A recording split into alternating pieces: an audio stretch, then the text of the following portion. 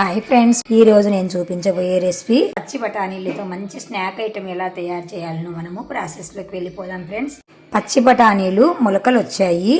వీటిని బాగా కడుగి మనము తడి అంతా పోయే వరకు ఒక గుడ్డ పైన వేసుకొని వీటిని నూనెలో వేయించుకుంటున్నాను. వేయించి ఉప్పు కారం చల్లితే చాలా టేస్టీగా ఉంటాయండి.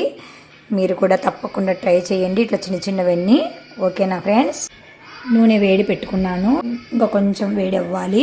ఒకటి వేసి చూస్తానండి. వేడి అయ్యింది, ఇంకా వేసుకోవాలి. వేసేటప్పుడు సిమ్లో పెట్టుకొని వేసుకోండి, ఎందుకు పచ్చివి కదా చెప్తాయి. వేసాక ఇలా ప్లేట్ బౌల్ ఇచ్చి పెట్టండి కాసేపు. మరి కొంచెం సేపు అయ్యాక ప్లేట్ తీసి కలబెడదాము.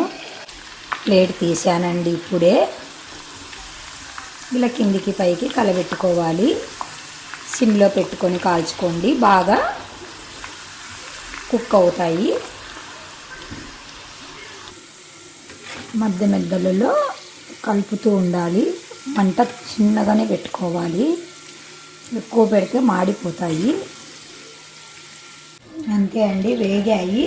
ఇంకా వీటిని బాగా నూనె ఒరిసిపోయాక ఉప్పు కారం చల్లుకొని తింటే చాలా టేస్టీగా ఉంటాయండి. పిల్లలకి పెద్దలకి స్నాక్స్ లాగా చాలా బాగా ఉపయోగపడతాయండి. మీరు కూడా తప్పకుండా చేసి మీకు ఎలా వచ్చాయో మాకు కామెంట్ రూపంలో తెలియజేస్తూ ఉండండి ఫ్రెండ్స్.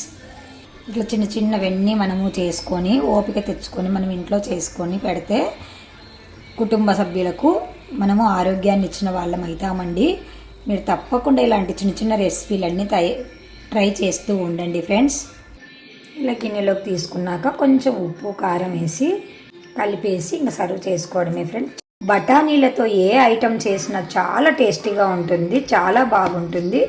మంచి విటమిన్ ఉన్న ఫుడ్ ఫ్రెండ్స్, తప్పకుండా ట్రై చేయండి ఫ్రెండ్స్.